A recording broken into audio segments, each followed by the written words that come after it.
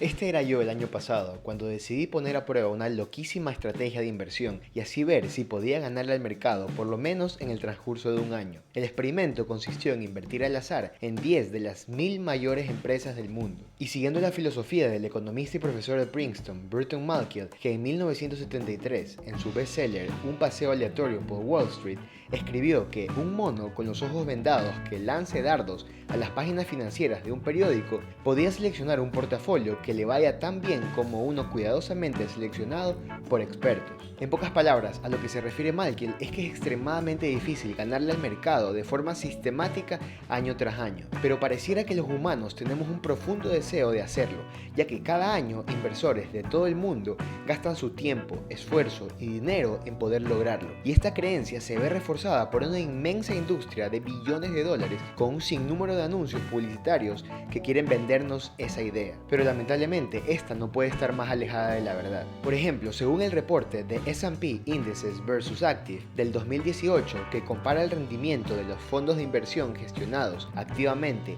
contra los principales índices de mercado, nos muestra que el 63% de los fondos de inversión no pueden ganar al mercado en el transcurso de un año, el 78% no le pueden ganar en 3 años de inversión y el 92% si lo hacen por 15 años. Esto no significa que un inversor no pueda superar al mercado. De hecho, hay muchos que lo hacen cada año. Simplemente es imposible identificar con anticipación quiénes entrarán en esta categoría, y la historia muestra que no vale la pena correr el riesgo de intentarlo. En el año 2021, el 85% de los fondos de inversión no superaron el rendimiento del S&P y tan solo el 49% pudo hacerlo hasta la mitad del año pasado 2022, llevando quizás hacia su tasa más baja desde el 2009. Como pudimos ver, ganarle al mercado es extremadamente difícil, pero utilizando la estrategia de Malkiel en el 2022 pude ganar al mercado. Aunque no utilicé un mono porque no sé en dónde encontrarlo, lo que hice fue que al yo ser un mamífero y que comparto el 98% de mi ADN con los chimpancés y bonobos, escogí 10 acciones completamente al azar, ya que la idea de un mono más que todo se refiere a la aleatoriedad, es decir, a su capacidad de escoger acciones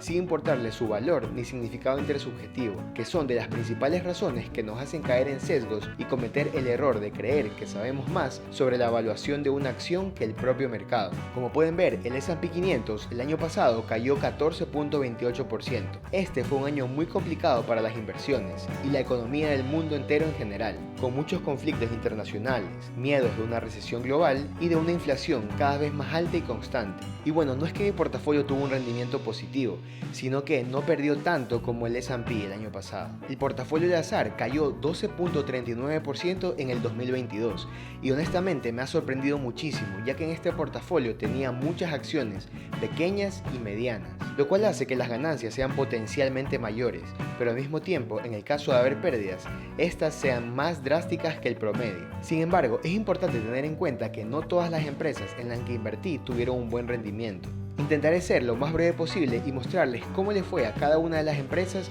el año pasado. Y es que de las 10 compañías en las que invertí, solo 3 dieron rendimientos positivos. Estas son, en primer lugar, Cigna, que es una empresa de servicios de salud global que creció un 31.20%. Su punto más bajo del año fue en febrero, cayendo 7.57%.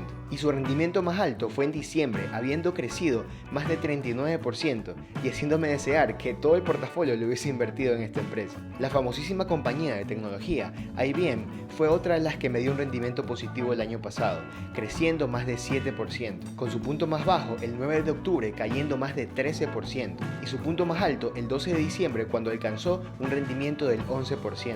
La tercera compañía fue Raymond James Financial, una compañía de servicios financieros que creció 5.67%, con su punto más bajo el 11 de junio dándome una pérdida no realizada de más de 20%, pero también el 9 de noviembre dándome una ganancia no realizada de casi 13%. En total también recibí $7.57 en el formato de dividendos de empresas como IBM, Wells Fargo, Gap, entre muchas otras. Por otro lado, como les dije, la mayoría de las empresas que invertí cayeron, comenzando por Crocs, la famosa empresa de calzado lanzado que me dio un rendimiento negativo de 3.75%, que en realidad no es mucho si tomamos en cuenta que a mediados de junio perdió más de la mitad de su valor, cayendo más de 63%.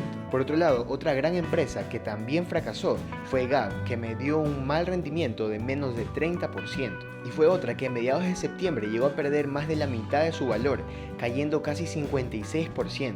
La empresa Kaizen Technologies me dio un rendimiento negativo de 3.89%, aunque se recuperó bastante, ya que hasta principios de septiembre había perdido más de 30%.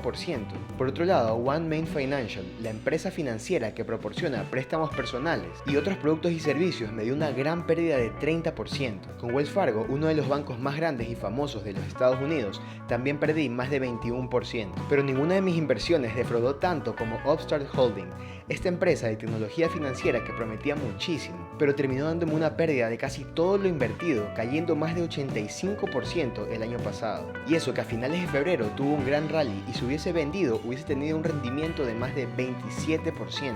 Cabe señalar que la 10ª empresa en la que invertí, Avalara, fue comprada por Vista, una compañía de inversión global, y por eso las acciones de esta empresa fueron vendidas automáticamente en octubre, dándome una pérdida de más de 50% aquí. Esto destaca la importancia de estar atentos a eventos potenciales como fusiones y adquisiciones que puedan afectar nuestras inversiones.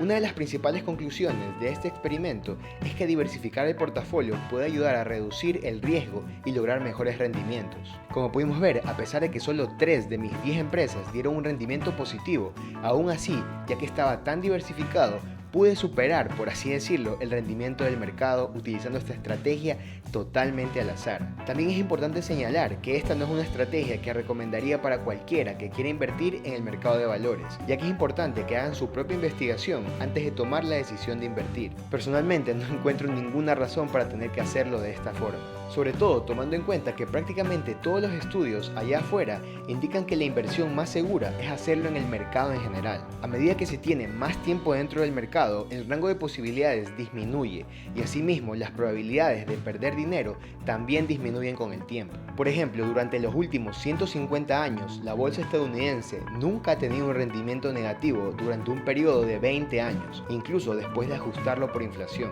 Por esto es que en todas estas caídas he seguido invirtiendo en los ETFs que más me gustan y honestamente yo veo como algo positivo si es que el mercado cae un poco más, ya que podré aumentar mis posiciones a largo plazo. Y si aún no han invertido y les interesa comenzar, les dejaré aquí abajo el link de Happy, que es un excelente broker para invertir en acciones y en criptomonedas desde Latinoamérica. Y si se abren una cuenta con este enlace y depositan en los primeros días, van a estar recibiendo hasta $500 en criptomonedas de regalo. Y si tienen alguna duda o si quieren comentarme qué tal les pareció este experimento, o si piensan que debo vender mis acciones o quizás aguantarlas 1 o 2 años más, por favor déjenmelo aquí abajo en los comentarios para poder seguir conversando del tema. Y recuerden, el mejor momento para invertir fue ayer, pero el segundo mejor momento es ahora.